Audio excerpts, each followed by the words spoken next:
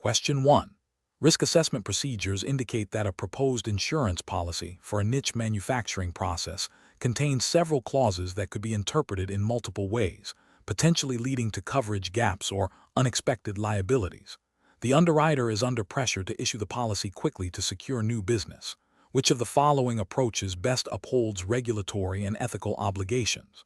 Option A. Focus primarily on the proposed premium amount, ensuring it is competitive, and deferring detailed policy wording scrutiny to a later stage if claims arise. Option B. Proceed with issuing the policy as is, assuming the premium adequately reflects the potential for ambiguity and that standard industry interpretations will apply. Option C. Immediately request a detailed clarification of the ambiguous clauses from the applicant and propose revised wording to ensure clarity and accurate risk assessment before issuing the policy. Option D. Issue the policy with a note to the claims department to be particularly vigilant regarding the interpretation of these specific clauses during any future claims process. The correct answer is B. Proceed with issuing the policy as is, assuming the premium adequately reflects the potential for ambiguity and that standard industry interpretations will apply. Explanation. This scenario is professionally challenging because it requires an underwriter to balance the need for accurate risk assessment with the potential for misinterpretation or omission in policy wording. The insurer has a duty of care to its policyholders, which includes ensuring that policy terms are clear and unambiguous. Underwriting decisions must be based on a thorough understanding of the risks presented, and this understanding is directly shaped by the policy wording. Failure to adequately scrutinize policy wording can lead to mispriced risks, claims disputes, and reputational damage. The correct approach involves a meticulous review of the policy wording to ensure it accurately reflects the risks being underwritten and is compliant with all relevant regulations. This includes identifying any ambiguities, exclusions, or limitations that might lead to unforeseen liabilities or misrepresentations. By proactively addressing these issues during the underwriting process, the insurer can ensure fair pricing, manage its risk exposure effectively, and uphold its regulatory obligations, such as those related to consumer protection and fair treatment of customers. This aligns with the principles of sound risk management and ethical conduct expected within the financial services industry. An incorrect approach that focuses solely on the premium amount without scrutinizing the underlying policy wording is professionally unacceptable.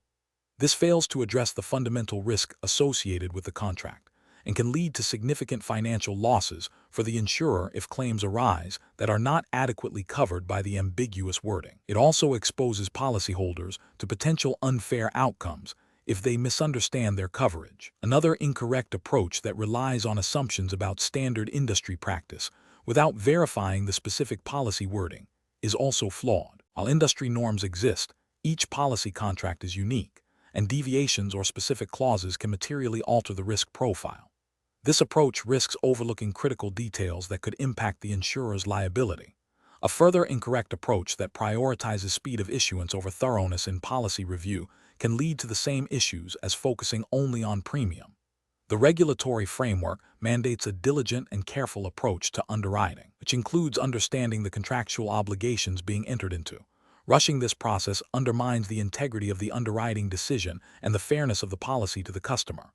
Professionals should adopt a systematic approach to policy wording and underwriting. This involves 1. Understanding the client's business and the specific risks they seek to insure. 2. Thoroughly reviewing the proposed policy wording, paying close attention to definitions, exclusions, conditions, and endorsements. 3. Identifying any ambiguities or potential misinterpretations and seeking clarification from the policyholder or broker. 4. Assessing the adequacy of the premium in relation to the identified risks and the clarity of the policy terms. 5. Ensuring compliance with all relevant regulatory requirements and internal guidelines. 6. Documenting the underwriting decision and the rationale behind it, including any adjustments made to the policy wording. Question 2. Strategic planning requires an insurance firm to develop and implement effective fraud prevention controls. Considering the evolving landscape of financial crime and regulatory expectations, which of the following approaches best aligns with the principles of robust fraud prevention and regulatory compliance within the UK financial services sector? Option A. Implementing a comprehensive fraud prevention strategy that utilizes advanced data analytics for risk-based claims assessment, employs automated detection tools for known fraud patterns, and establishes clear escalation procedures for suspicious activities, supported by ongoing staff training. Option B, prioritizing the fastest possible claims settlement times by significantly reducing the number and depth of fraud checks conducted on incoming claims. Option C, focusing primarily on manual review of all claims by experienced adjusters, with minimal reliance on technology to ensure a thorough, albeit slower, examination of each case. Option D, deploying a single, off-the-shelf fraud detection software solution across all business lines without conducting a specific risk assessment of potential fraud types relevant to each line.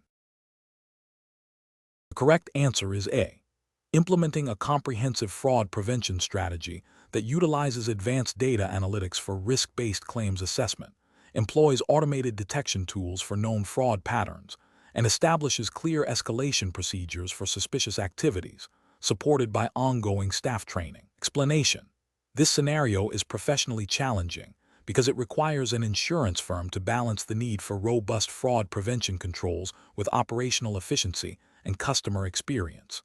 The firm must implement measures that are effective in deterring and detecting fraud without creating undue burdens on legitimate policyholders or significantly increasing operational costs. Careful judgment is required to select controls that are proportionate to the identified risks and aligned with regulatory expectations. The correct approach involves a multi-layered strategy that integrates technology, data analytics, and human oversight. This approach is right because it directly addresses the evolving nature of insurance fraud by proactively identifying suspicious patterns and anomalies. Specifically, it aligns with the principles of the UK's Financial Services and Markets Act 2000 FSMA and the Financial Conduct Authority's FCA principles for businesses, particularly Principle 3, Customers' Interests, and Principle 6, Customers' Communication, which mandate firms to act with integrity and to have adequate systems and controls in place to prevent financial crime.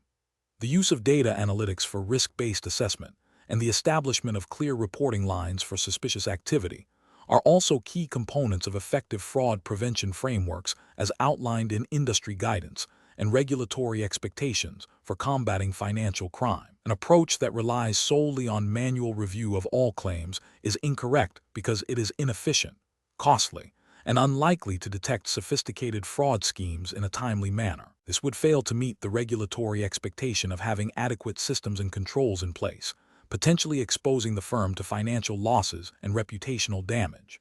An approach that prioritizes speed of claims processing above all else, with minimal fraud checks, is incorrect. This demonstrates a disregard for the firm's responsibility to prevent financial crime and protect its customers and stakeholders from the impact of fraud. It would likely contravene regulatory requirements for robust internal controls and risk management. An approach that implements a single, generic fraud detection tool without considering the specific types of fraud prevalent in the firm's product lines is incorrect. This demonstrates a lack of tailored risk assessment and control implementation, which is a fundamental requirement for effective financial crime prevention. It fails to address the specific vulnerabilities of the business and may leave significant gaps in fraud detection capabilities. Professionals should adopt a decision-making process that begins with a thorough risk assessment to understand the specific fraud threats facing the firm. This should be followed by the design and implementation of a layered control framework that combines technological solutions with human expertise. Regular review and adaptation of these controls based on emerging fraud trends and performance data are crucial. This iterative process ensures that fraud prevention efforts remain effective and compliant with regulatory requirements. Question 3. The efficiency study reveals that the current customer due diligence (CDD) process for new insurance policy applications is taking longer than anticipated, impacting customer acquisition rates.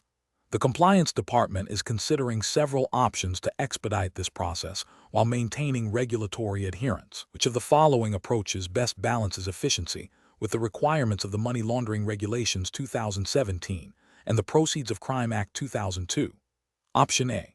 Implement a risk-based CDD framework that categorizes customers based on their potential risk of involvement in financial crime, applying enhanced due diligence for high-risk customers and simplified due diligence for low-risk customers where appropriate. Option B. Delegate the entire CDD process to the sales team, providing them with minimal training and relying on their discretion for compliance. Option C. Apply a standardized, simplified CDD process to all new policy applications to ensure speed and consistency across the board. Option D. Rely exclusively on automated identity verification checks for all customers, with no manual review or escalation process. The correct answer is A. Implement a risk-based CDD framework that categorizes customers based on their potential risk of involvement in financial crime, applying enhanced due diligence for high-risk customers and simplified due diligence for lower-risk customers where appropriate. Explanation: this scenario is professionally challenging because it requires balancing the need for efficient customer onboarding with the stringent regulatory obligations for customer due diligence, CDD, in the insurance sector. The pressure to streamline processes can lead to shortcuts that compromise the thoroughness of CDD, potentially exposing the firm to financial crime risks and regulatory sanctions. Careful judgment is required to identify and implement CDD measures that are both effective and proportionate. The correct approach involves implementing a risk-based CDD framework that categorizes customers based on their potential risk of involvement in financial crime. This approach allows for the application of enhanced due diligence (ED) for high-risk customers, while maintaining simplified due diligence (SDD) for low-risk customers, provided the regulatory criteria for SDD are met. This aligns with the principles of the Proceeds of Crime Act 2002 (POCA) and the Money Laundering Regulations 2017 (MLR), which mandate a risk-based approach to CDD. Specifically, Regulation 18 of the MLRs requires firms to apply CDD measures on a risk-sensitive basis. This approach ensures that resources are focused where the risk is greatest, without unduly burdening low-risk customers, thereby achieving regulatory compliance and effective risk management. An incorrect approach would be to apply a one-size-fits-all CDD process to all customers, regardless of their risk profile. This is inefficient and may fail to identify higher-risk individuals or entities, thus breaching the risk-based principle mandated by the MLRs. Could also lead to unnecessary burdens on low-risk customers, potentially impacting customer experience and business growth without a corresponding increase in risk mitigation. Another incorrect approach is to rely solely on automated checks without any human oversight or escalation for edge cases.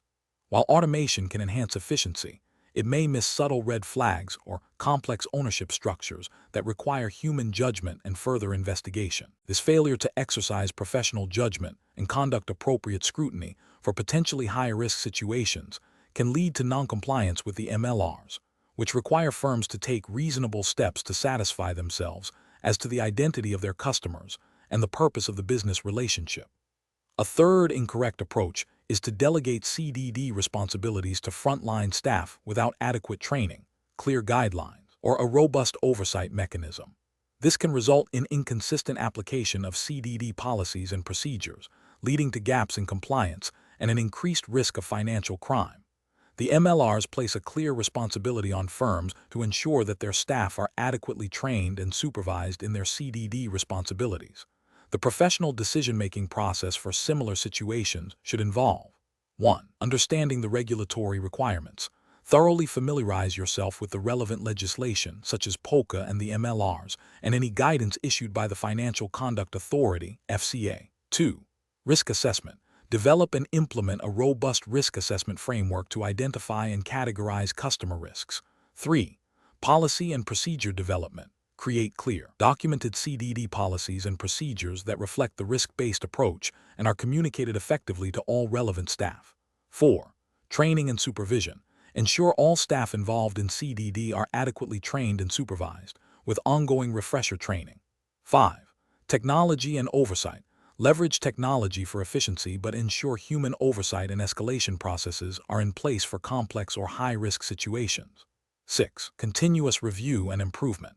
Regularly review and update CDD processes to adapt to evolving risks and regulatory expectations. Question 4. The evaluation methodology shows that the transaction monitoring system implemented by a UK-based insurance firm is technically advanced, utilizing sophisticated algorithms and machine learning capabilities. However, During a recent internal audit, it was noted that the system's alert generation rate for suspicious activities related to complex life insurance products and offshore reinsurance arrangements is significantly lower than anticipated, despite an increase in the firm's exposure to these high-risk areas. The compliance officer is tasked with recommending a course of action. Which of the following approaches best addresses this situation in line with UK regulatory expectations and professional ethical standards? Option A. Suggest a reduction in the frequency of transaction monitoring for complex insurance products, arguing that the low alert rate indicates a lower inherent risk, and reallocate resources to more frequently monitored product lines. Option B. Advocate for an immediate upgrade to the most advanced, off-the-shelf transaction monitoring software available, irrespective of the current system's configuration or the specific risks posed by the firm's insurance products. Option C. Propose a passive approach, relying on external intelligence and tip-offs rather than proactive system adjustments, as the current system's low alert rate suggests it is functioning adequately for the firm's current risk appetite. Option D. Recommend a comprehensive review of the system's rule sets and alert thresholds, specifically tailored to the identified high-risk insurance products, alongside an assessment of the data inputs and the expertise of the team managing the system, to ensure effective detection of relevant financial crime typologies. The correct answer is D. Recommend a comprehensive review of the system's rule sets and alert thresholds, specifically tailored to the identified high-risk insurance products, alongside an assessment of the data inputs and the expertise of the team managing the system, to ensure effective detection of relevant financial crime typologies. Explanation. The evaluation methodology shows a critical juncture for a financial crime compliance officer responsible for transaction monitoring systems within an insurance firm operating under UK regulations and SISI guidelines. The challenge lies in balancing the need for effective detection of financial crime with the practicalities of system implementation, resource allocation, and regulatory expectations. Key difficulty is ensuring the transaction monitoring system is not only technically sound, but also demonstrably effective in meeting the Financial Conduct Authority's (FCA) requirements and the spirit of the SISI Code of Conduct, particularly concerning integrity and due diligence. The correct approach involves a comprehensive review that considers the system's ability to identify suspicious activity across various insurance products and customer types, its adaptability to evolving typologies of financial crime, and its integration with broader anti-financial crime controls. This approach is correct because it aligns with the FCA's principles-based regulation, which requires firms to have adequate systems and controls to prevent financial crime. Specifically, it addresses the need for risk-based approaches to monitoring, as outlined in the Joint Money Laundering Steering Group (JMLSG) guidance, which is integral to UK financial crime compliance. Furthermore, it reflects the SISI emphasis on professional competence and due care, ensuring that the system is fit for purpose and contributes to the firm's overall integrity. An incorrect approach that focuses solely on the technical sophistication of the system, without considering its practical effectiveness in detecting real-world financial crime typologies relevant to insurance, fails to meet regulatory expectations. This overlooks the FCA's requirement for systems to be proportionate to the risks faced by the firm. Another incorrect approach that prioritizes cost reduction over detection capabilities would be ethically unsound and regulatorily deficient, as it compromises the firm's ability to fulfill its anti-financial crime obligations, and could lead to significant reputational and financial penalties. A third incorrect approach that relies on outdated typologies and fails to incorporate emerging threats would also be inadequate, as it demonstrates a lack of proactive risk management and an inability to adapt to the dynamic nature of financial crime, contravening the FCA's expectation of continuous improvement in controls. Professionals should adopt a structured, risk-based decision-making process. This involves understanding the firm's specific risk profile, identifying relevant financial crime typologies for the insurance sector, evaluating the transaction monitoring system against these risks, and ensuring it is supported by adequate resources and governance. Regular review and adaptation of the system based on performance metrics, regulatory updates, and emerging threats are crucial. Question 5. Compliance review shows that an insurance company is planning to implement a new, advanced analytics system to detect fraudulent claims. This system will process large volumes of sensitive personal data, including health information and financial transaction details, to identify patterns indicative of fraud. The company has a general privacy policy in place, but has not conducted a specific assessment of the data protection risks associated with this new system. What is the most appropriate next step for the company to ensure compliance with data protection laws? Option A. Conduct a data protection impact assessment, DPIA, specifically for the new fraud detection system, detailing the processing, risks, and mitigation measures. Option B. Rely on the existing general privacy policy to inform customers about the data processing activities. Option C. Obtain broad consent from all policyholders for the processing of their sensitive data for fraud detection purposes. Option D. Proceed with the implementation of the system, assuming that fraud detection is a legitimate business interest that overrides specific data protection considerations. The correct answer is A. Conduct a data protection impact assessment, DPIA, specifically for the new fraud detection system, detailing the processing, risks, and mitigation measures. Explanation: this scenario is professionally challenging because it requires a nuanced understanding of data protection principles within the specific regulatory framework governing financial crime and insurance. The challenge lies in balancing the need for effective anti-fraud measures with the stringent requirements for data privacy and consent. A failure to correctly assess the impact of data processing activities can lead to significant regulatory penalties, reputational damage, and a loss of customer trust. Careful judgment is required to ensure that data processing is lawful, fair, and transparent, and that individuals' rights are respected. The correct approach involves conducting a data protection impact assessment, DPIA, that specifically considers the processing of sensitive personal data for fraud prevention purposes. This assessment must identify and mitigate the risks to individuals' data protection rights. It should detail the purpose of processing, the legal basis for processing, e.g., legitimate interests, legal obligation, the types of data processed, the safeguards in place, and the retention periods.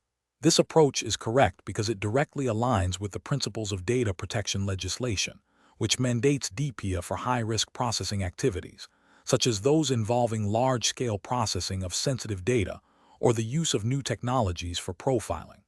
The regulatory justification stems from the requirement to proactively identify and address data protection risks before processing begins, ensuring compliance with principles like data minimization, purpose limitation, and accountability. Ethically, it demonstrates a commitment to safeguarding customer privacy.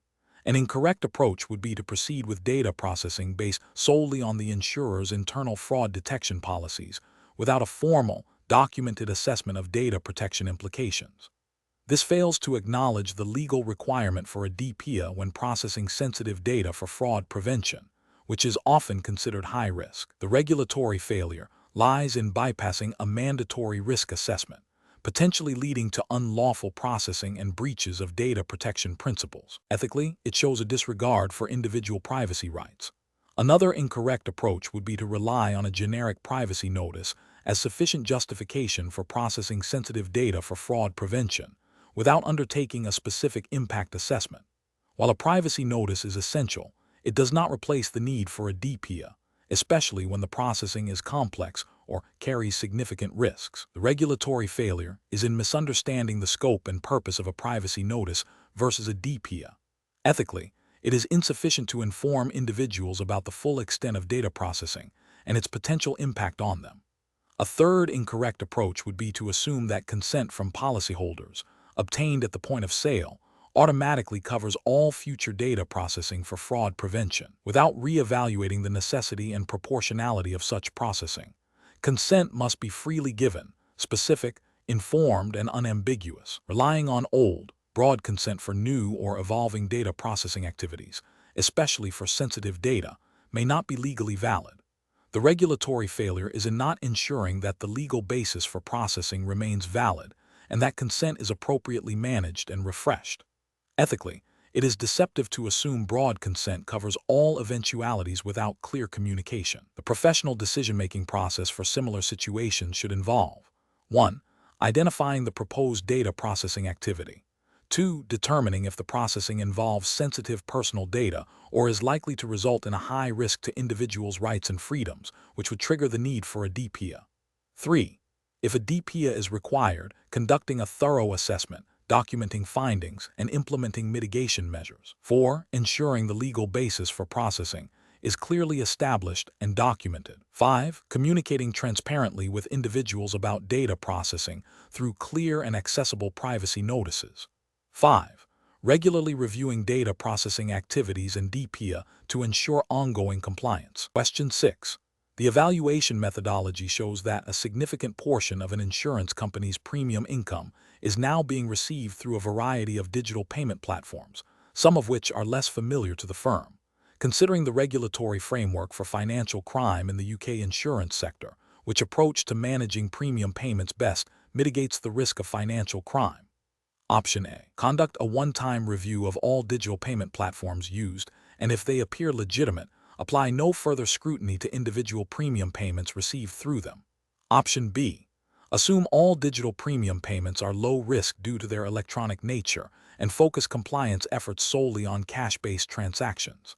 Option C. Implement enhanced due diligence procedures for premium payments originating from less familiar digital platforms, particularly for higher value policies, or when payment patterns deviate significantly from the customer's established profile. Option D. Process all digital premium payments immediately upon receipt without any additional checks, relying on the payment platform's own security measures. Correct answer is C. Implement enhanced due diligence procedures for premium payments originating from less familiar digital platforms, particularly for higher value policies, or when payment patterns deviate significantly from the customer's established profile. Explanation. The evaluation methodology shows that understanding the nuances of premium payment processing is critical for preventing financial crime within the insurance sector. This scenario is professionally challenging because it requires a financial crime professional to balance the operational efficiency of premium collection with robust anti-money laundering (AML) and fraud prevention measures.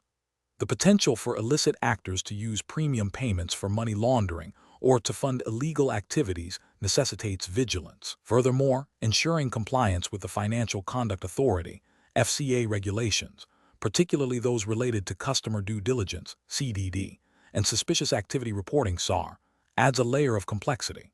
The correct approach involves a proactive and risk-based assessment of premium payment methods, coupled with appropriate due diligence on high-risk payment channels and customer types. This aligns with the FCA's principles for businesses, specifically Principle 3, Management and Control, and Principle 6, Customers, Treating Customers Fairly, and the Money Laundering Regulations 2017. By implementing enhanced due diligence for unusual or high-value premium payments, and by having clear procedures for identifying and reporting suspicious transactions, the firm demonstrates a commitment to preventing financial crime and protecting its customers. This approach ensures that the firm is not inadvertently facilitating illicit activities. An incorrect approach would be to solely rely on the volume of premium payments as an indicator of legitimacy, without considering the source of funds or the payment method's inherent risks. This overlooks the possibility that even seemingly routine transactions can be part of a larger criminal scheme. Another incorrect approach is to dismiss any unusual payment patterns as mere administrative errors without further investigation. This failure to investigate potential red flags could lead to missed opportunities to detect and report financial crime, violating the firm's regulatory obligations and ethical responsibilities. A further incorrect approach is to implement overly burdensome checks on all premium payments, regardless of risk, which can negatively impact customer experience and operational efficiency without a clear risk-based justification. This demonstrates a lack of proportionate risk management. Professionals should adopt a decision-making framework that prioritizes a risk-based approach. This involves understanding the firm's specific risk appetite, identifying potential vulnerabilities in premium payment processes, and implementing controls that are proportionate to the identified risks.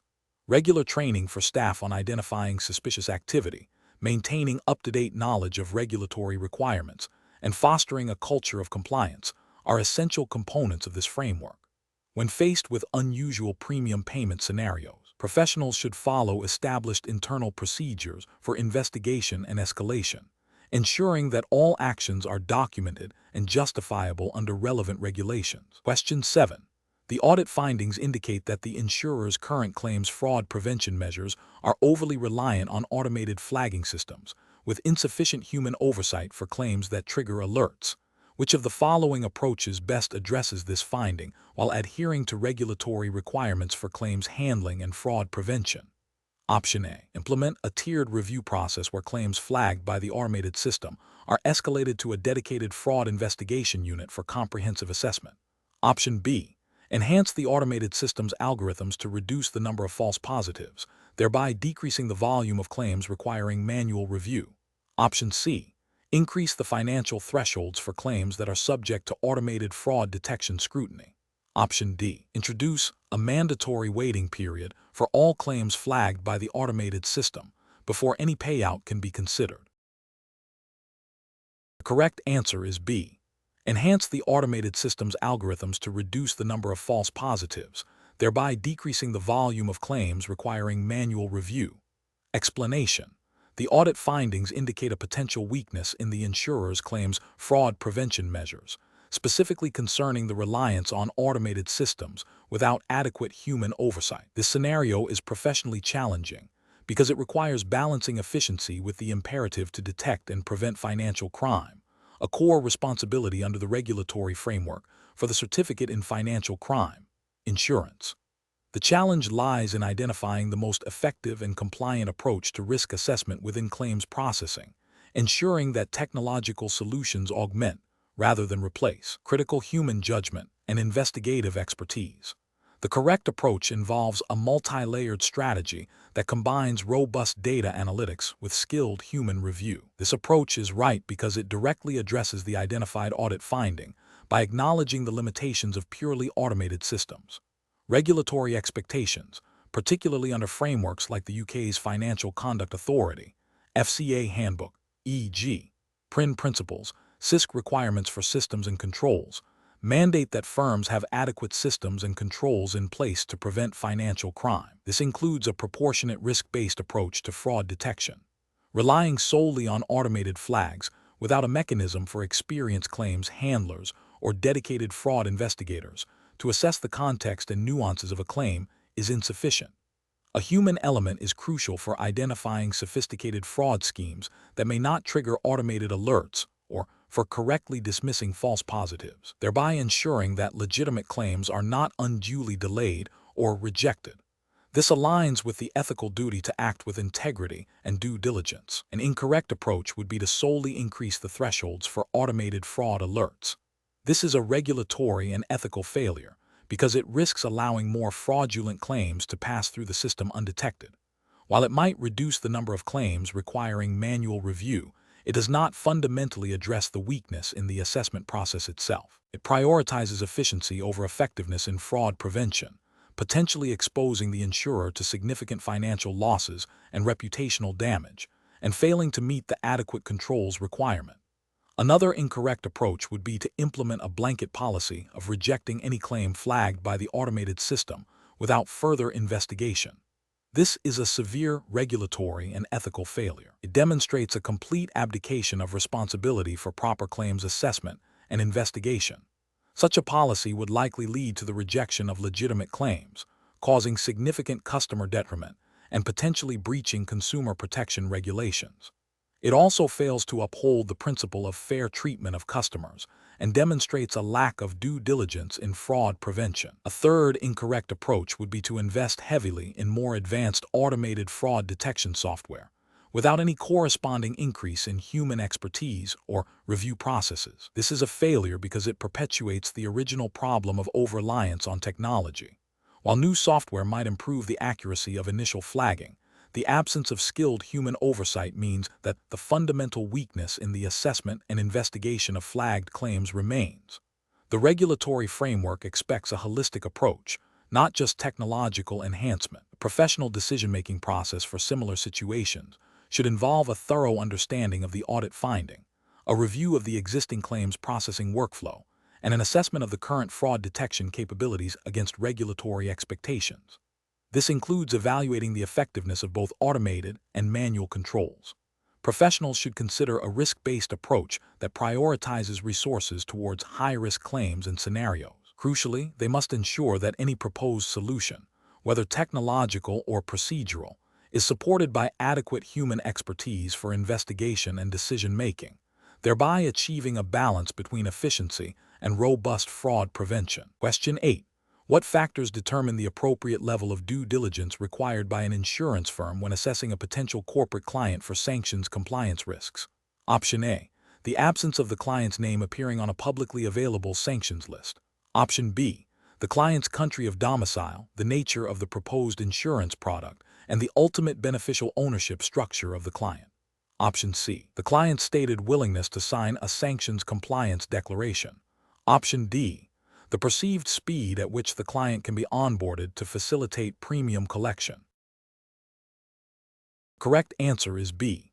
The client's country of domicile, the nature of the proposed insurance product, and the ultimate beneficial ownership structure of the client. Explanation. This scenario is professionally challenging because it requires an insurance firm to navigate the complex and rapidly evolving landscape of international sanctions, balancing its commercial interests with stringent legal and ethical obligations. The firm must make a critical decision regarding a potential business relationship that could inadvertently expose it to significant legal penalties, reputational damage, and operational disruption if it fails to adhere to sanctions regulations. The core challenge lies in accurately identifying and assessing the risk of dealing with sanctioned entities or individuals, often in situations where information may be incomplete or ambiguous. Careful judgment is required to ensure compliance without unduly hindering legitimate business activities. The correct approach involves a systematic and risk-based assessment of the potential customer and the transaction against applicable sanctions lists and regulations. This includes conducting thorough due diligence, verifying customer identity, understanding the nature of the business and the source of funds, and continuously monitoring for changes in sanctions regimes or listed entities. This approach is correct because it directly aligns with the principles of sanctions compliance mandated by regulatory bodies. Specifically, it reflects the expectation that firms will implement robust controls to prevent facilitating transactions that violate sanctions, thereby upholding the integrity of the financial system and avoiding complicity in illicit activities. This proactive and diligent stance is a cornerstone of regulatory expectations for financial institutions operating in a globalized environment. An incorrect approach that relies solely on the absence of a direct match on a sanctions list is professionally unacceptable. This fails to acknowledge the risk of indirect exposure or dealings with entities owned or controlled by sanctioned parties, which are often covered by sanctions regulations. Such an approach demonstrates a superficial understanding of sanctions compliance and creates a significant regulatory risk. Another incorrect approach that prioritizes speed of onboarding over thorough due diligence is also professionally unacceptable. This prioritizes commercial expediency over legal and ethical obligations, exposing the firm to severe penalties for non-compliance. It suggests a disregard for the potential consequences of facilitating sanctioned transactions. A further incorrect approach that assumes a customer is compliant simply because they have provided a standard declaration without independent verification is professionally unacceptable.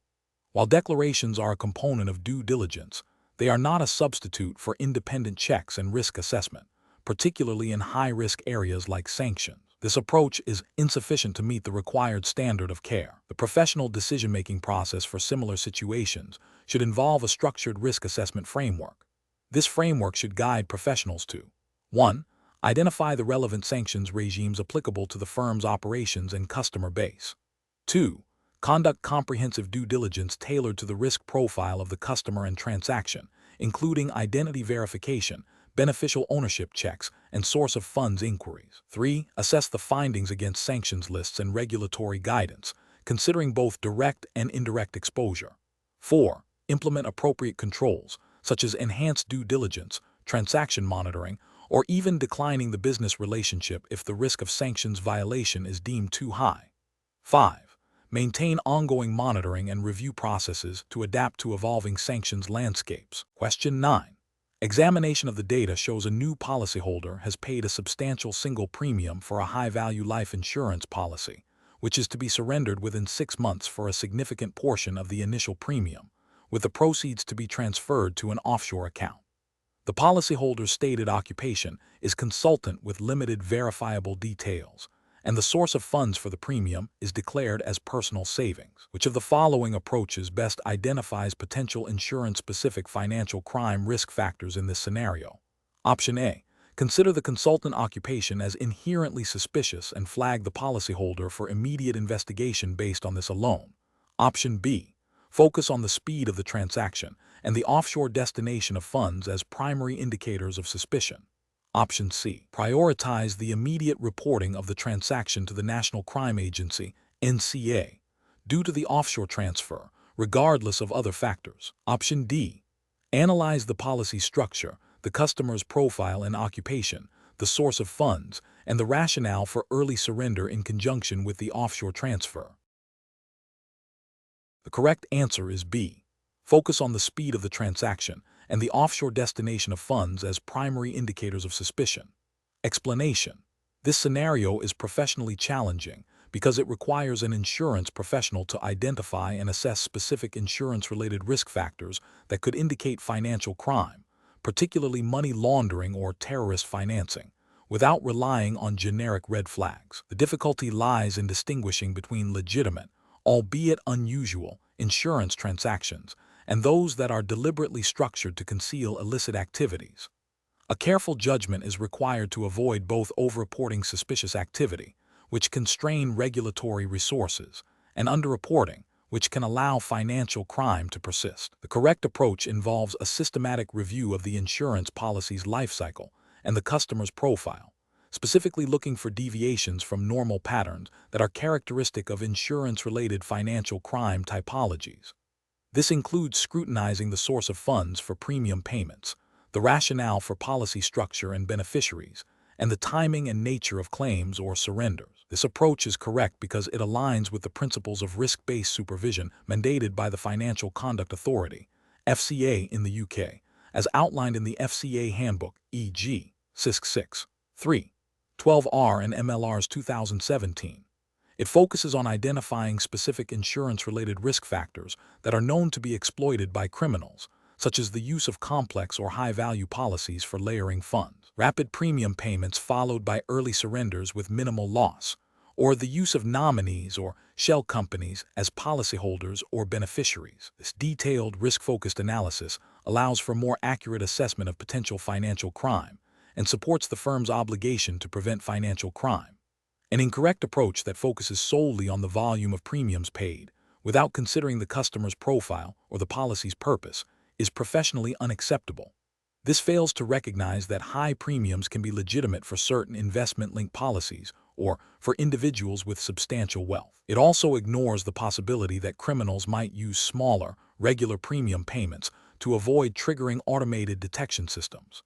This approach is ethically and regulatorily flawed as it does not demonstrate a sufficient understanding of insurance-specific risk factors and could lead to missed opportunities to detect financial crime. Another incorrect approach that prioritizes the speed of policy issuance over the verification of customer identity and the source of funds is also professionally unacceptable. While efficiency is important, it must not compromise the firm's anti-money laundering, AML, and counter-terrorist financing (CTF) obligations. The FCA Handbook, e.g., MLR 2017 Part 3, mandates robust customer due diligence (CDD) and enhanced due diligence (ED) where necessary. Rushing through these processes, particularly for policies with higher inherent risks, creates vulnerabilities that criminals can exploit. This approach fails to uphold the regulatory requirement for diligent customer onboarding and ongoing monitoring. A third incorrect approach that dismisses unusual beneficiary designations as mere personal preference, without further investigation, is professionally unacceptable. Insurance policies can be structured with complex or unusual beneficiary arrangements to obscure the ultimate beneficial owner of the funds, a common tactic in money laundering. Failing to probe these designations, especially when combined with other risk factors, demonstrates a lack of diligence and a failure to apply a risk-based approach as required by the FCA. This oversight can allow illicit funds to be channeled to unintended recipients. The professional decision-making process for similar situations should involve a structured risk assessment framework. This framework should begin with understanding the inherent risks associated with different types of insurance products and customer segments. It should then involve gathering and analyzing relevant data, looking for specific insurance-related risk factors that deviate from expected norms. This analysis should be informed by knowledge of common financial crime typologies within the insurance sector. If suspicious activity is identified, the professional should escalate the matter according to internal procedures and regulatory requirements, ensuring that all actions are documented and justifiable. This process ensures that decisions are not based on assumptions or superficial observations, but on a thorough, risk-informed evaluation. Question 10.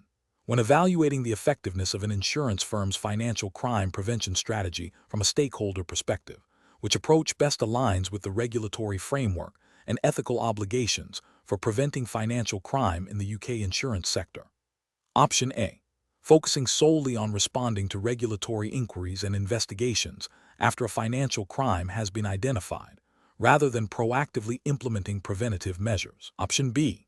Relaxing due diligence requirements for new customers to expedite onboarding and improve customer satisfaction, with the understanding that any potential financial crime will be addressed reactively if detected. Option C. Minimizing operational costs by significantly reducing investment in compliance staff and technology dedicated to financial crime prevention, assuming that the likelihood of actual financial crime incidents is low. Option D. Prioritizing the implementation of comprehensive Know Your Customer (KIC) and Customer Due Diligence (CDD) procedures, conducting ongoing transaction monitoring, and establishing clear internal reporting mechanisms for suspicious activities, while ensuring these processes are integrated into daily operations. The correct answer is D. Prioritizing the implementation of comprehensive Know Your Customer (KIC) and Customer Due Diligence (CDD) procedures, conducting ongoing transaction monitoring, and establishing clear internal reporting mechanisms for suspicious activities, while ensuring these processes are integrated into daily operations. Explanation. This scenario is professionally challenging because it requires an insurance professional to balance competing stakeholder interests while upholding their ethical and regulatory obligations concerning financial crime prevention. The core challenge lies in identifying and mitigating potential financial crime risks without unduly hindering legitimate business operations or customer service. A careful judgment is required to distinguish between genuine customer needs and potential attempts at fraud or money laundering. The correct approach involves a proactive and risk-based strategy that integrates financial crime prevention into the core business processes. This means implementing robust Know Your Customer (KIC) and Customer Due Diligence (CDD) procedures, conducting ongoing monitoring of transactions, and establishing clear internal controls and reporting mechanisms for suspicious activities. This approach is justified by the regulatory framework for financial crime in the insurance sector, which mandates that firms take reasonable steps to prevent financial crime. Specifically, regulations such as the Proceeds of Crime Act 2002, POCA, and the Money Laundering, Terrorist Financing and Transfer of Funds, Information on the Payer, Regulations 2017 MLR, place a direct responsibility on firms to implement effective anti-money laundering (AML) and counter-terrorist financing (CTF) measures. Furthermore, the Financial Conduct Authority (FCA) Handbook, particularly SISC Systems and Controls and PRIN Principles for Businesses, requires firms to maintain adequate systems and controls to prevent financial crime and act with integrity. An incorrect approach that focuses solely on minimizing operational costs by reducing compliance resources would be professionally unacceptable. This failure stems from a disregard for regulatory mandates that require adequate investment in financial crime prevention. Such an approach risks significant regulatory sanctions, reputational damage, and potential criminal liability for the firm and its individuals. Another incorrect approach that prioritizes customer convenience above all else, leading to the relaxation of essential due diligence checks, is also professionally unacceptable. This directly contravenes the spirit and letter of AML/CTF regulations, which are designed to protect the financial system from illicit activities. The ethical failure here is a dereliction of duty to protect the wider public and the integrity of the financial markets. A third incorrect approach that relies solely on reactive measures, such as only investigating suspicious activity after a loss has occurred, is insufficient. This fails to meet the proactive and preventative obligations imposed by regulators. It demonstrates a lack of understanding of the risk-based approach required by POCA and the MLRs, which emphasizes early detection and prevention. The professional decision-making process for similar situations should involve a thorough understanding of the relevant regulatory obligations, including POCA, MLR, and FCA handbook requirements. Professionals must adopt a risk-based approach, continuously assessing and mitigating financial crime risks. This involves implementing and adhering to robust internal policies and procedures, fostering a strong culture of compliance, and ensuring adequate training for all staff. When faced with competing priorities, professionals must always err on the side of caution and prioritize regulatory compliance and ethical conduct to safeguard the firm and the integrity of the financial system. Question 11. Compliance review shows that a financial crime analyst at a UK-based insurance firm has identified a pattern of unusual transactions involving a policyholder, including large, unexplained cash deposits followed by immediate premium payments and subsequent early surrender of policies for cash. The analyst suspects these activities may be linked to money laundering, but is unsure whether to proceed with an internal investigation to gather more evidence or to immediately report the suspicion to the National Crime Agency, NCA.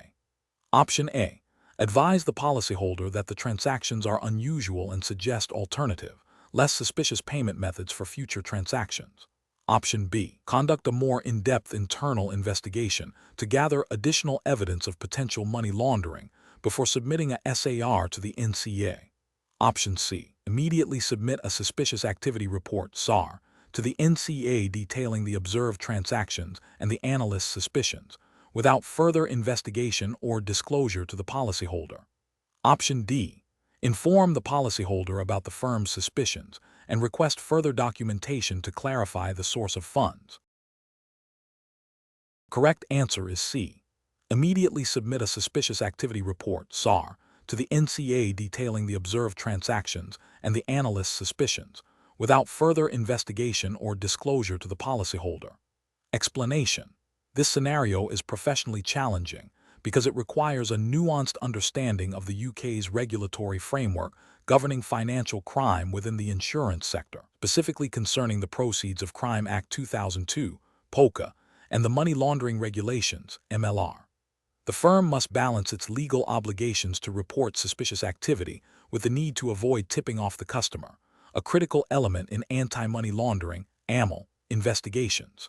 The complexity arises from determining when knowledge or suspicion of money laundering is sufficient to trigger a report, and how to act upon that suspicion without compromising an ongoing investigation. The correct approach involves immediately reporting the suspicion to the National Crime Agency, NCA, via a suspicious activity report (SAR), without further investigation or disclosure to the client.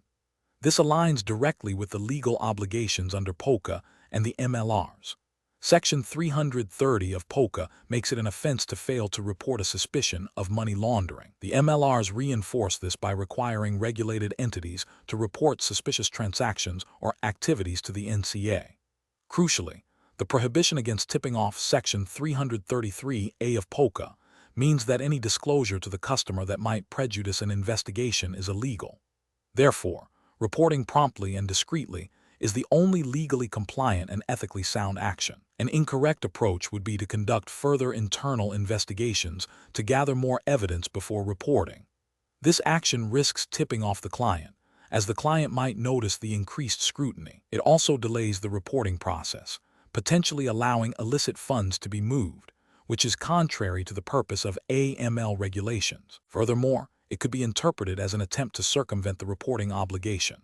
Another incorrect approach would be to disclose the suspicion to the client, perhaps under the guise of seeking clarification.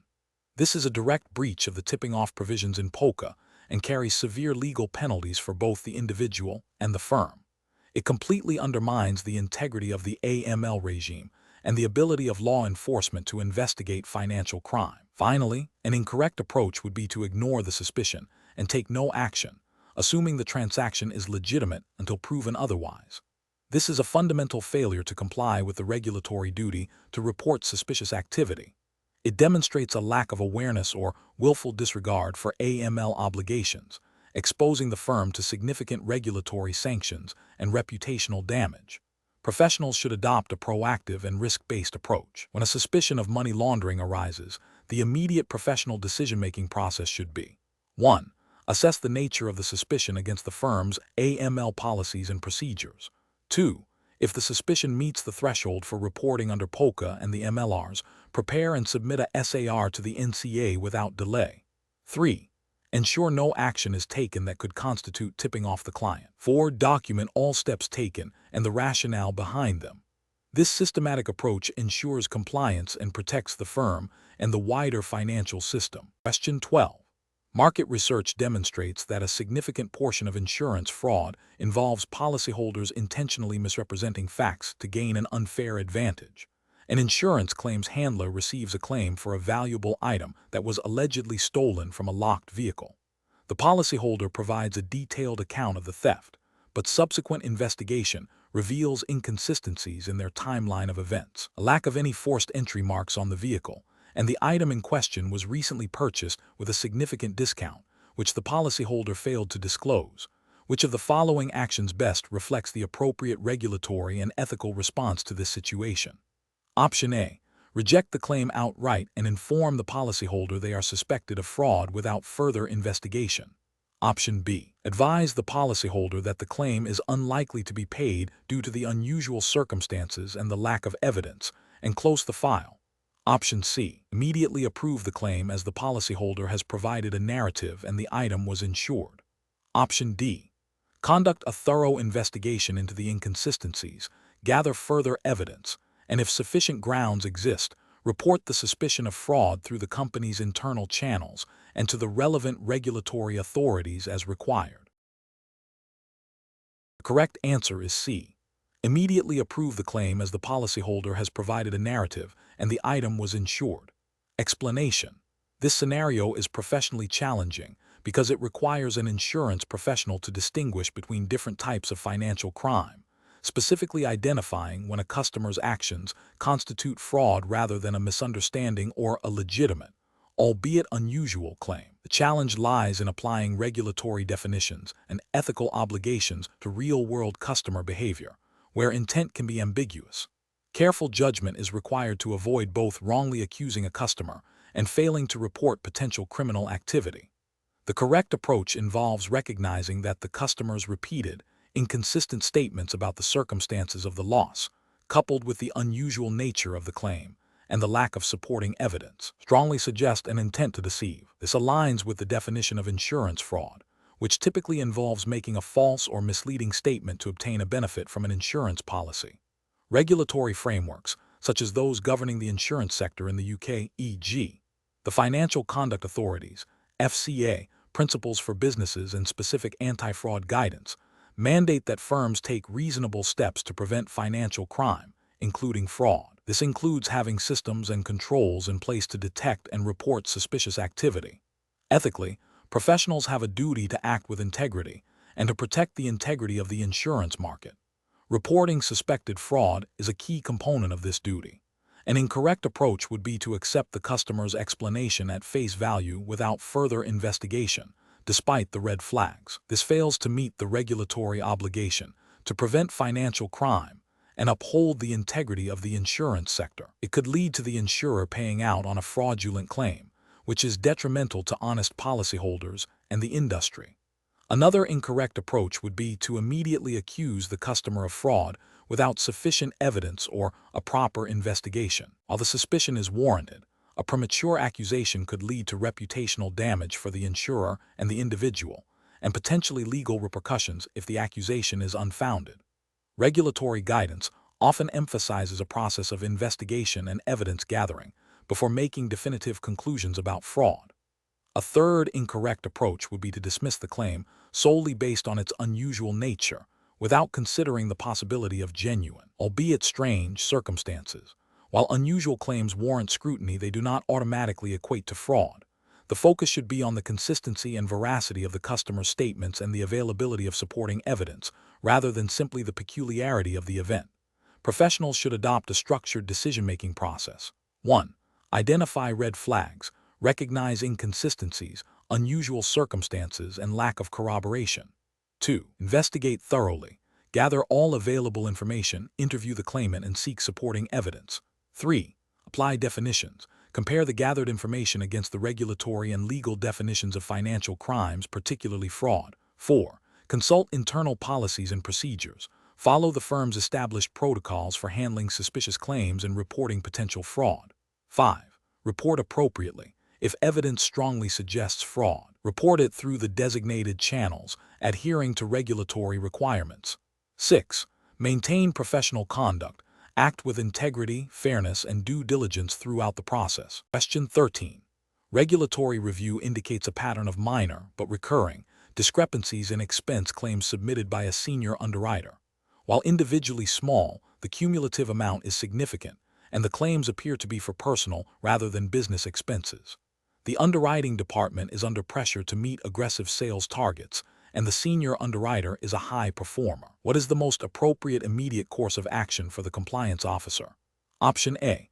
Directly confront the senior underwriter with the observed discrepancies and request an immediate explanation to resolve the issue quickly. Option B. Advise the head of underwriting to monitor the senior underwriter's expense claims more closely and address any future issues informally. Option C. Temporarily suspend the senior underwriter's expense claim privileges pending a review by the finance department to ensure accuracy.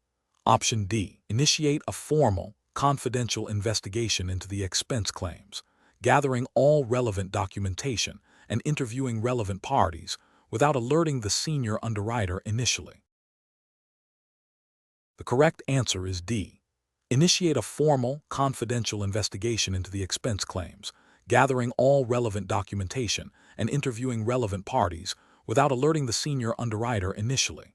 Explanation.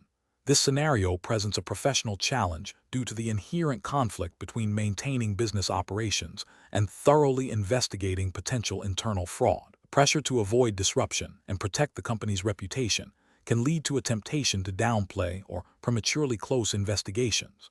Careful judgment is required to balance these competing interests while adhering to regulatory obligations and ethical standards.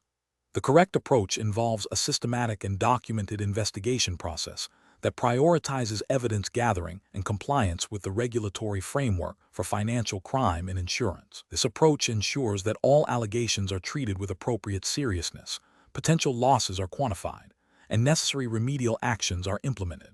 Specifically, it aligns with the principles of robust internal controls and reporting obligations mandated by the relevant regulatory bodies, such as the Financial Conduct Authority, FCA, in the UK, which expects firms to have effective systems and controls to prevent and detect financial crime, including internal fraud. Prompt and thorough investigation is crucial for fulfilling these obligations and demonstrating a commitment to integrity. An incorrect approach that focuses solely on immediate operational continuity without a proper investigation risks failing to identify the full extent of the fraud, potentially leading to further losses and reputational damage. This neglects the regulatory duty to maintain adequate controls and report suspicious activities. Another incorrect approach that involves confronting the suspected employee without sufficient evidence or a clear investigation plan can compromise the integrity of the investigation, alert other potential perpetrators, and lead to legal challenges. This bypasses established procedures for handling such sensitive matters and can hinder the collection of admissible evidence. A further incorrect approach that involves dismissing the allegations due to the employee's seniority or perceived value to the company is a direct contravention of regulatory expectations. It suggests a failure to apply controls and investigative procedures consistently, regardless of an individual's position, and undermines the principle of treating all employees equally in the face of potential misconduct. This also creates a significant ethical failing by prioritizing personal relationships or business expediency over accountability and regulatory compliance. Professionals should adopt a decision-making framework that begins with acknowledging the allegation and immediately initiating a confidential, documented investigation. This process should involve a designated team, adherence to established protocols for evidence preservation, and consultation with legal and compliance departments. The investigation should be guided by the principles of fairness, thoroughness, and proportionality, ensuring that all findings are supported by evidence and that any actions taken are in line with regulatory requirements and company policy. Regular reporting to senior management and, where necessary, to regulatory authorities is a critical component of this framework. Question 14. Stakeholder feedback indicates that a key insurance claims handling service provider, which has been awarded a significant contract without a formal tender process, has been offering substantial performance bonuses to senior claims managers within the insurance company. These bonuses are not clearly defined in the contract and appear to be discretionary, with the provider suggesting they are to ensure smooth operations and prompt claim settlements. The insurance company's compliance officer is concerned about potential bribery and corruption. What is the most appropriate course of action for the insurance company's compliance officer? Option A. Suggest that the insurance company offer a reciprocal loyalty bonus to the service provider to maintain a positive working relationship. Option B. Advise the senior claims managers to accept the bonuses as a standard business practice for incentivizing good performance. Option C. Immediately terminate the contract with the service provider to avoid any further risk of impropriety. Option D. Initiate a thorough, documented investigation into the nature of these performance bonuses, examining the contract terms, communication records, and the decision-making process for awarding the bonuses, while also reviewing the company's anti-bribery and corruption policies. The correct answer is D. Initiate a thorough, documented investigation into the nature of these performance bonuses, examining the contract terms, communication records, and the decision-making process for awarding the bonuses, while also reviewing the company's anti-bribery and corruption policies. Explanation. This scenario is professionally challenging because it involves a subtle but potentially significant risk of bribery and corruption within an insurance context, specifically concerning the procurement of services. The challenge lies in distinguishing between legitimate business courtesies and actions that could be construed as inducements to secure favorable treatment, thereby undermining fair competition and potentially leading to inflated costs or substandard services. The regulatory framework for the Certificate in Financial Crime Insurance in the UK, primarily governed by the Bribery Act 2010 and relevant Financial Conduct Authority (FCA) principles, mandates a proactive and robust approach to preventing, detecting, and reporting such activities. The correct approach involves a thorough, documented investigation into the allegations, focusing on gathering objective evidence to determine if any company policies or legal provisions have been breached. This requires a systematic review of the vendor selection process, communication records, and any financial transactions or gifts exchanged. The justification for this approach lies in its adherence to the Bribery Act 2010, which places a corporate responsibility to prevent bribery. Specifically, Section 7 of the Act imposes liability on commercial organizations for failing to prevent bribery, unless they can demonstrate that they had adequate procedures in place. A thorough investigation is a key component of such adequate procedures, demonstrating a commitment to upholding ethical standards and regulatory compliance. It also aligns with FCA Principle 11, Relations with Regulators, which requires firms to be open and cooperative with the FCA. An incorrect approach that involves dismissing the allegations without investigation would be a significant regulatory and ethical failure. This demonstrates a lack of due diligence and a failure to uphold the firm's responsibility to prevent bribery.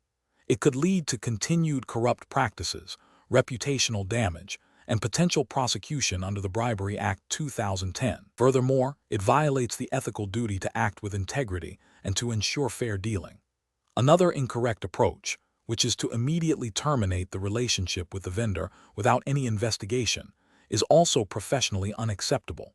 While it might seem like a swift resolution, it bypasses the crucial step of understanding the nature and extent of any potential wrongdoing. This could lead to unjustified reputational damage for the vendor and might prevent the firm from identifying systemic weaknesses in its own procurement processes that need to be addressed. It also fails to gather evidence that might be necessary for internal disciplinary actions or external reporting. A third incorrect approach, which is to offer a small gift to the vendor to smooth things over, is a direct contravention of anti-bribery legislation and ethical principles. This action could be interpreted as an attempt to conceal potential wrongdoing or even as a form of bribery itself, depending on the context and intent.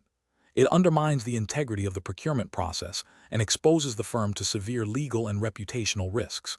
The professional decision-making process for similar situations should involve a structured approach. 1. Acknowledge and record the feedback immediately.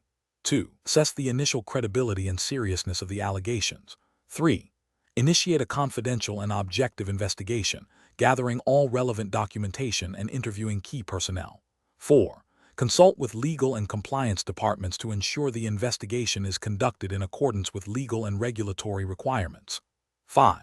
Based on the findings, determine appropriate actions, which may include disciplinary measures, process improvements, or reporting to relevant authorities. 6. Document all steps taken and decisions made throughout the process. Question 15. Strategic planning requires an insurance firm to establish a comprehensive sanctions screening process. Which of the following approaches best aligns with regulatory expectations for preventing financial crime and ensuring compliance with sanctions legislation? Option A.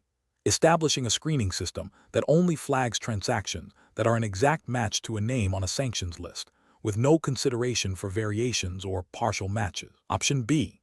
Implementing a system that uses the most recent sanctions lists, employs advanced screening technology to identify potential matches, and includes a clear protocol for investigating and resolving alerts, with regular reviews of the screening process's effectiveness. Option C. Relying on a manual screening process that is conducted quarterly using internally compiled lists that are updated as staff remember to do so. Option D. Prioritizing the reduction of false positive alerts above all else, even if it means a less stringent matching criteria that might miss some genuine matches. The correct answer is B. Implementing a system that uses the most recent sanctions lists, employs advanced screening technology to identify potential matches, and includes a clear protocol for investigating and resolving alerts, with regular reviews of the screening process's effectiveness. Explanation. This scenario is professionally challenging because it requires balancing the imperative to comply with sanctions regulations with the practicalities of business operations and the potential for customer impact. The firm must implement robust sanctions screening processes to prevent facilitating prohibited transactions, which could lead to severe regulatory penalties, reputational damage, and legal repercussions. The complexity arises from the dynamic nature of sanctions lists, the potential for false positives, and the need for efficient, accurate screening without unduly hindering legitimate business. Careful judgment is required to establish and maintain an effective program that is both compliant and operationally sound. The correct approach involves a multi-layered strategy that prioritizes accuracy, efficiency, and ongoing review. This includes utilizing up-to-date sanctions lists, employing sophisticated screening technology, establishing clear escalation procedures for potential matches, and conducting regular reviews and updates of the screening process. This approach is justified by the regulatory framework, which mandates that firms take reasonable steps to prevent breaches of sanctions legislation. Specifically, under the UK regulatory regime, firms are expected to have systems and controls in place to identify and report suspicious activity, which includes screening against relevant sanctions lists. The Financial Conduct Authority, FCA, emphasizes the importance of robust compliance frameworks, and a proactive, comprehensive screening process is a cornerstone of this. An incorrect approach that relies solely on manual screening of outdated lists is professionally unacceptable. It fails to meet the regulatory expectation of using reasonable measures to prevent sanctions breaches. The dynamic nature of sanctions means that manual, infrequent updates will inevitably lead to missed matches, exposing the firm to significant regulatory risk. Another incorrect approach that focuses only on minimizing false positives at the expense of thoroughness is also flawed. While efficiency is important, an overemphasis on reducing false positives can lead to a screening process that is too lenient, allowing prohibited transactions to pass through undetected. This directly contravenes the regulatory objective of preventing financial crime. Finally, an approach that neglects to establish clear escalation procedures for potential matches is inadequate. Without a defined process for investigating and resolving alerts, the firm risks either incorrectly clearing genuine matches or causing undue disruption by over-escalating minor issues. This lack of a structured response undermines the effectiveness of the screening program and exposes the firm to compliance failures. The professional decision-making process for similar situations should involve a risk-based approach. This means understanding the firm's specific exposure to sanctions risk, considering the types of customers and transactions involved, and then designing a screening program that is proportionate to that risk. It requires continuous monitoring and adaptation to evolving regulatory requirements and sanctions landscapes. Professionals should consult relevant regulatory guidance, industry best practices, and legal advice to ensure their sanctions screening program is robust and compliant. Question 16. The assessment process reveals that a long-standing client, who is a high net worth individual with significant international investments and a complex corporate structure, has recently initiated a series of large, cross-border transfers to entities in jurisdictions known for higher financial crime risks. The client has provided a general explanation for these transfers, citing business expansion. What is the most appropriate course of action for the financial institution to take in accordance with UK regulatory requirements? Option A. Conduct enhanced due diligence, ED, to verify the legitimacy of the source of wealth and the purpose of the transactions, and continue to monitor the client's activity closely. Option B. Immediately file a suspicious activity report, SAR, with the National Crime Agency, NCA, based on the client's HNWI status and the nature of the transactions. Option C. Accept the client's explanation at face value and proceed with the transfers, as the client is a valued long-term customer. Option D. Cease all business with the client immediately due to the perceived risk, without further investigation. The correct answer is A. Conduct enhanced due diligence, ED, to verify the legitimacy of the source of wealth and the purpose of the transactions, and continue to monitor the client's activity closely. Explanation. This scenario is professionally challenging because it involves a high net worth individual, HNWI, who is a client of a financial institution, and the potential for financial crime is amplified by the scale of their assets and their potential influence. The institution must balance its duty to serve the client with its obligation to prevent financial crime, particularly money laundering and terrorist financing, which are significant risks when dealing with HNWI who may have complex international financial dealings. Careful judgment is required to distinguish legitimate financial activity from suspicious activity without unfairly prejudicing the client. The correct approach involves a thorough risk-based assessment of the HNWI profile, considering the source of wealth, the nature of their transactions, and their geographic exposure. This assessment should inform enhanced due diligence, ED, measures, including verifying the legitimacy of their assets and understanding the purpose of significant or unusual transactions. This aligns with the principles of the Proceeds of Crime Act 2002, POCA, and the Money Laundering, Terrorist Financing and Transfer of Funds, Information on the Payer, Regulations 2017 MLR, which mandate a risk-based approach to customer due diligence and ongoing monitoring. The Financial Conduct Authority, FCA, Handbook, particularly SISC, Systems and Controls, also emphasizes the need for firms to have robust systems and controls in place to prevent financial crime, including appropriate due diligence for high-risk customers. An incorrect approach of simply accepting the HNWI stated source of wealth without independent verification would fail to meet the EDD requirements for high-risk customers. This would be a breach of POCA and the MLRs, as it bypasses the obligation to understand and mitigate the risks associated with the client's financial activities. It also contravenes FCA guidance on treating customers fairly and maintaining market integrity. Another incorrect approach of immediately filing a suspicious activity report, SAR, based solely on the client's HNWI status and international dealings, without conducting further investigation or gathering sufficient information to form a reasonable suspicion, would be premature and potentially damaging to the client's reputation and the firm's relationship. While vigilance is crucial, SARs should be based on concrete grounds for suspicion, not mere assumptions. This could lead to unnecessary regulatory scrutiny and operational disruption.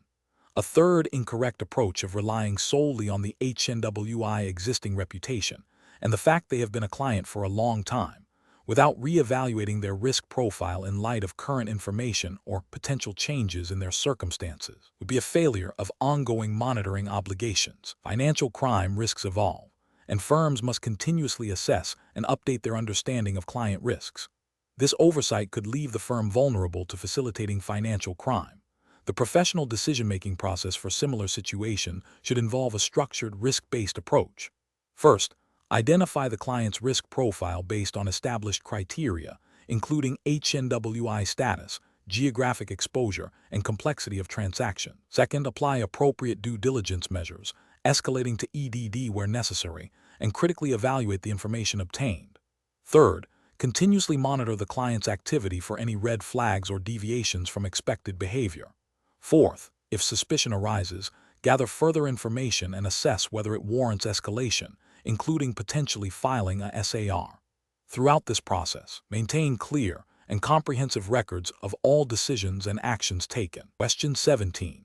Research into the effectiveness of current anti-money laundering controls within a new insurance product line has revealed a potential loophole that could be exploited by criminals. The head of underwriting, under pressure to meet aggressive sales targets for this product, has requested that the controls be relaxed to streamline the customer onboarding process and increase conversion rates. As the head of financial crime compliance, you are faced with a decision that could impact both the company's profitability and its regulatory standing. Which of the following approaches best reflects your professional responsibility? Option A. Refuse the request to relax controls, clearly explaining to the head of underwriting the significant financial crime risks and regulatory breaches that would result, and propose alternative methods to improve onboarding efficiency without compromising controls. Option B. Agree to a minor, symbolic adjustment to the controls that will have no real impact on their effectiveness, but will appease the head of underwriting. Option C. Immediately implement the requested relaxation of controls to support the sales targets, with a plan to review the controls retrospectively after the initial sales period. Option D. Escalate the issue to senior management without engaging further with the head of underwriting, leaving the decision entirely to them. Correct answer is C. Immediately implement the requested relaxation of controls to support the sales targets, with a plan to review the controls retrospectively after the initial sales period. Explanation. This scenario presents a professional challenge because it requires balancing the immediate financial pressures of a business unit with the long-term strategic imperative of robust financial crime risk management. The head of underwriting's request, while seemingly aimed at improving profitability, could inadvertently lead to a weakening of controls designed to prevent financial crime, such as money laundering or fraud, within the insurance products. The core tension lies between short-term commercial objectives and the ethical and regulatory duty to maintain a strong anti-financial crime framework. Careful judgment is required to assess the true risk implications of the proposed changes and to ensure that any adjustments do not compromise the company's integrity or its compliance with regulatory obligations. The correct approach involves a thorough risk assessment and a measured response that prioritizes regulatory compliance and ethical conduct. This means engaging with the head of underwriting to understand their concerns and the proposed changes, but critically evaluating the potential financial crime risks associated with those changes. If the proposed changes are deemed to increase financial crime risk, the appropriate action is to refuse the immediate implementation of the changes and to propose alternative solutions that mitigate these risks. This aligns with the principles of risk-based supervision and the duty of care expected of financial institutions. Specifically, under the UK regulatory framework, insurers have a statutory obligation under the Proceeds of Crime Act 2002, POCA, and the Money Laundering, Terrorist Financing and Transfer of Funds, Information on the Payer Regulations 2017 MLR, to implement and maintain adequate systems and controls to prevent financial crime. The Financial Conduct Authority, FCA Handbook, particularly in CISC, Systems and Controls, and PRIN, Principles for Businesses, mandates that firms conduct their business with integrity, due skill, care, and diligence, and maintain adequate risk management systems. Therefore, prioritizing the integrity of financial crime controls over a potentially risky commercial initiative is a regulatory and ethical imperative. An incorrect approach would be to immediately implement the head of underwriting suggestions without a proper risk assessment. This failure to conduct due diligence on the financial crime implications of product changes would breach the MLRs and FCA principles, specifically PRIN 3, Conduct of Business, and PRIN 7, Systems and Controls. It demonstrates a lack of integrity and due skill, care, and diligence by prioritizing commercial expediency over regulatory compliance and the prevention of financial crime. Another incorrect approach would be to dismiss the head of underwriting's concerns outright without any dialogue or consideration.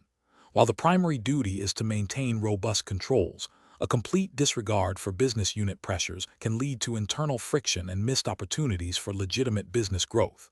However, in this specific scenario, the risk of financial crime is paramount. A more nuanced, incorrect approach would be to agree to the changes, but to implement only superficial, tokenistic controls that do not genuinely mitigate the identified financial crime risks. This would be a clear violation of the spirit and letter of the MLRs and FCA guidance on risk assessment and control effectiveness, as it would create a false sense of security while leaving the firm exposed to significant financial crime risks.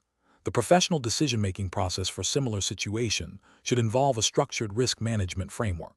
First, clearly identify the proposed change and its potential impact on financial crime risks. Second, conduct a comprehensive risk assessment, considering all relevant financial crime typologies, e.g., money laundering, terrorist financing, fraud, bribery, corruption.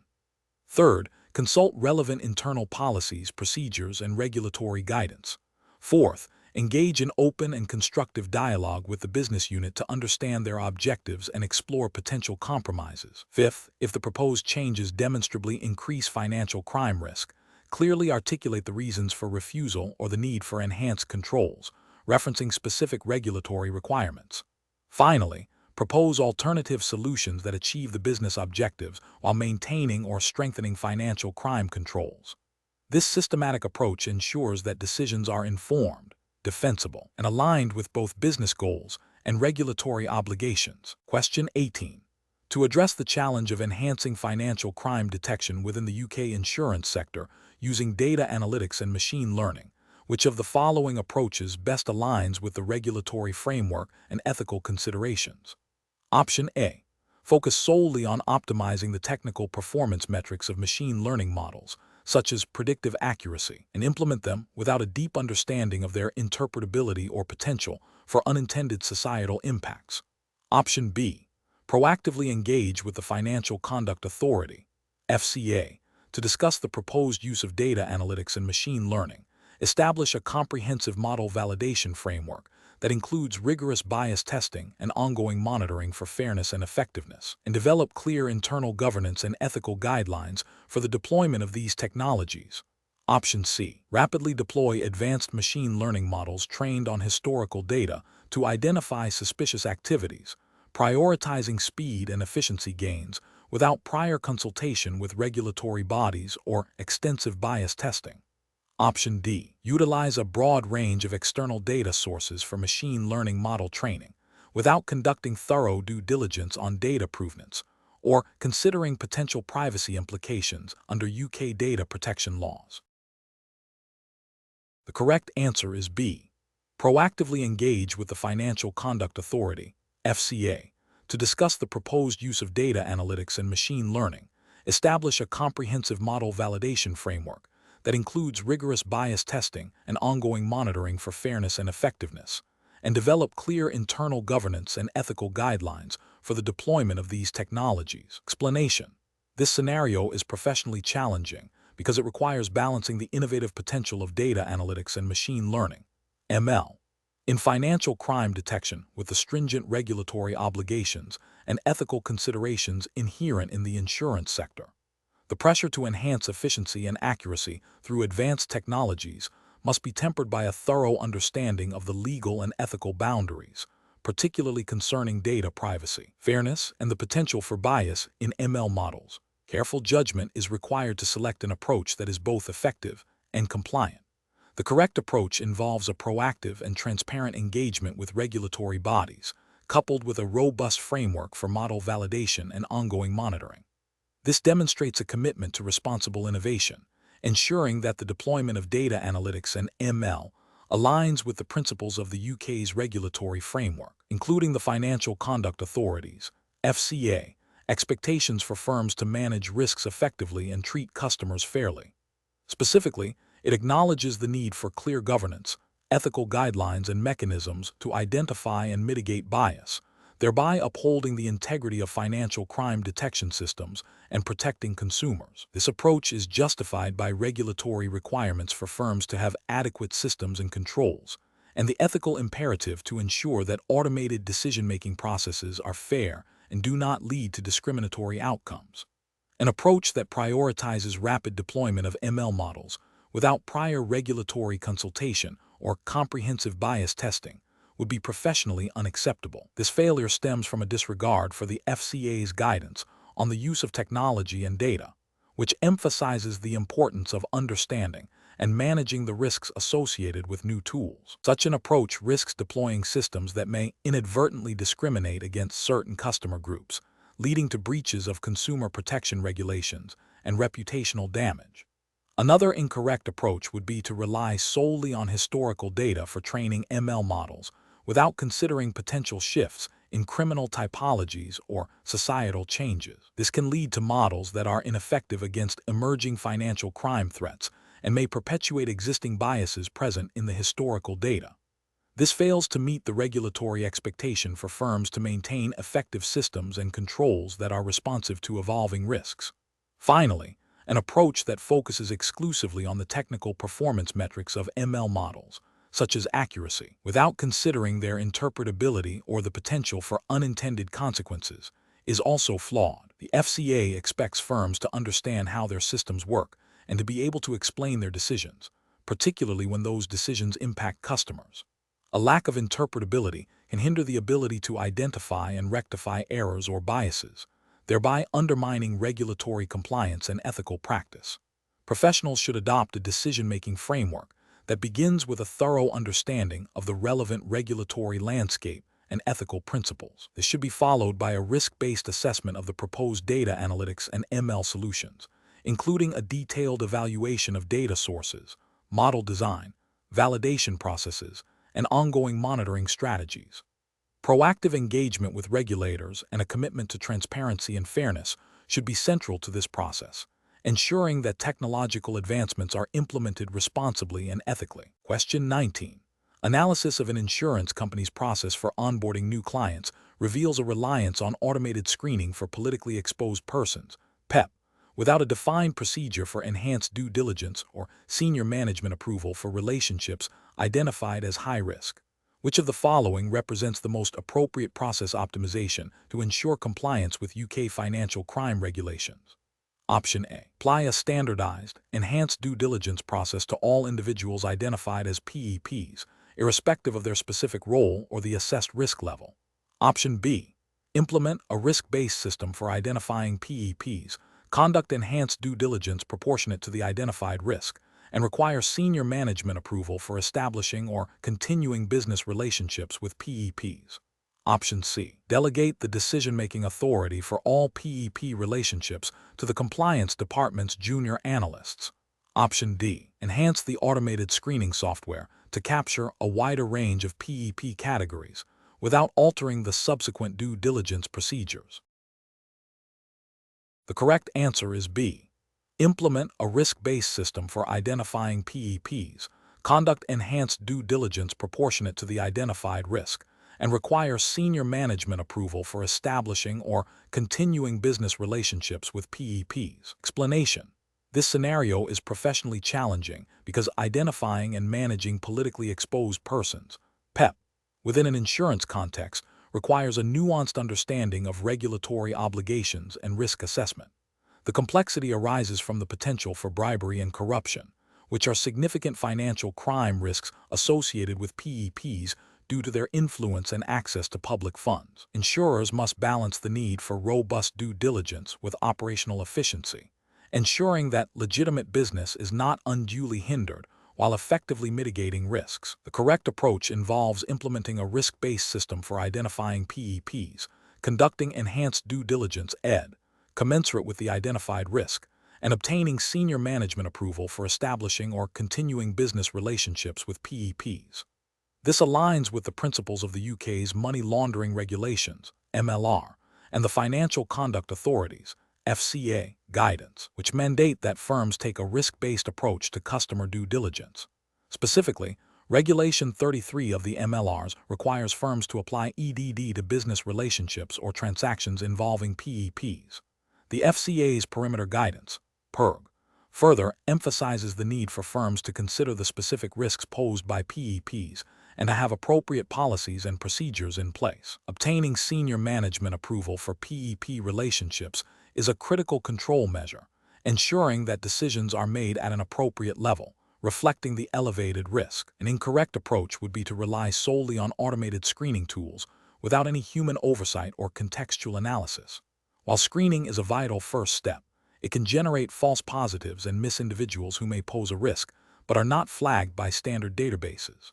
This failure to apply professional judgment and EDD, where necessary, would breach the risk-based approach mandated by the MLRs and FCA guidance, potentially leaving the firm exposed to financial crime.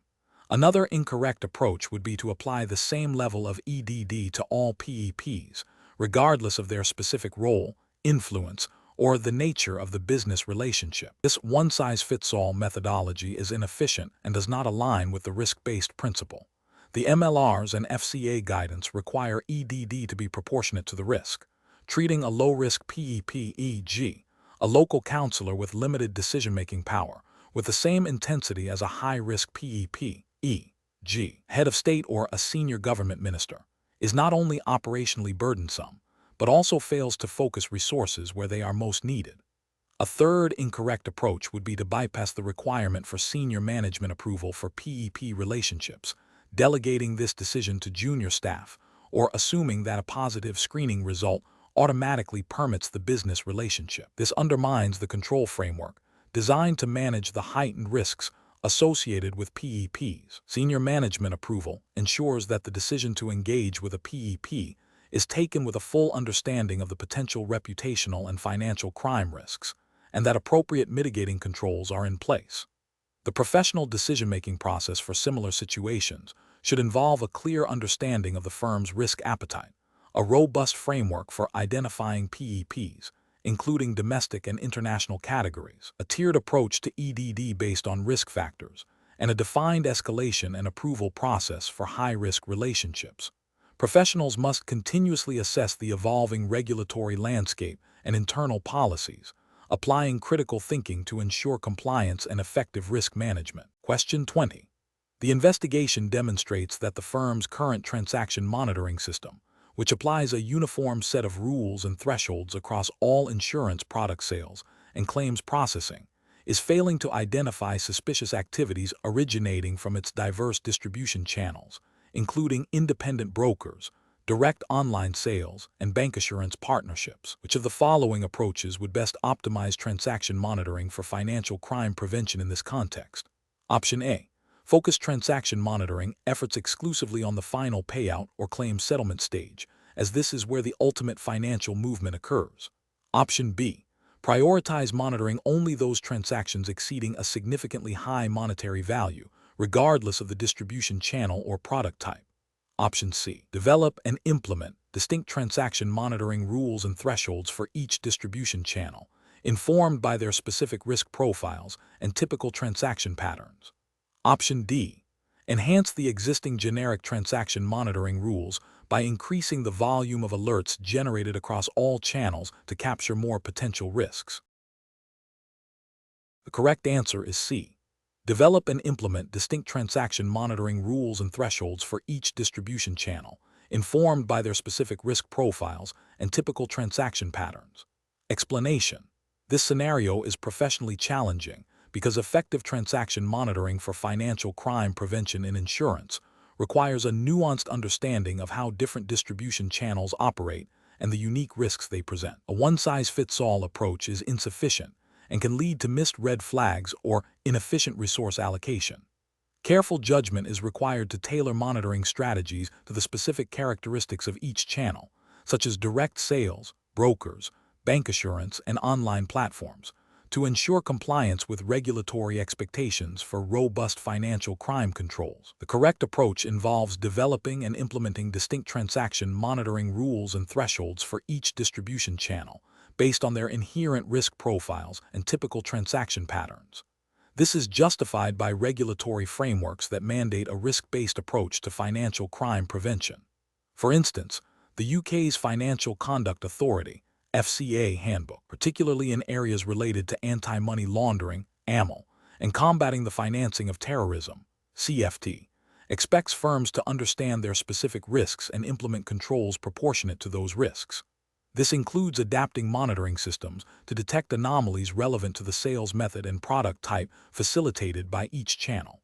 Ethical considerations also support this, as a more targeted approach is more effective in protecting customers and the integrity of the financial system. An incorrect approach that relies solely on generic, enterprise-wide transaction monitoring rules fails to adequately address the specific risks associated with different distribution channels.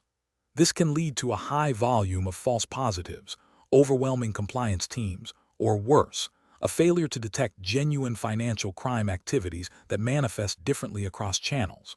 For example, a broker channel might involve more complex intermediary transactions or a higher volume of smaller, aggregated payments, requiring different monitoring parameters than a direct online sales channel, which might see larger, individual premium payments. This approach risks noncompliance with regulatory expectations for a risk-sensitive and effective AML/CFT regime. Another incorrect approach that focuses only on monitoring the final payout or claim stage, neglecting the initial premium collection and policy origination, overlooks critical points where financial crime can be introduced. Regulations typically require monitoring across the entire customer lifecycle and transaction flow. This narrow focus would miss opportunities to identify suspicious activity early, such as the use of illicit funds to purchase policies or the structuring of payments to avoid detection. A third incorrect approach that prioritizes monitoring only high-value transactions, irrespective of the distribution channel, is also flawed. While high-value transactions are important, financial crime can occur through numerous smaller, aggregated transactions that, when viewed collectively or in the context of a specific channel's typical activity, may indicate suspicious behavior. This approach fails to capture the full spectrum of potential financial crime risks. Professional decision-making in similar situations requires a systematic process.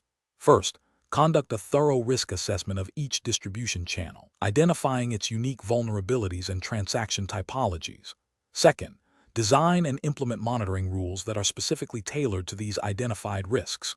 Third, regularly review and refine these rules based on performance data, emerging threats, and changes in the regulatory landscape.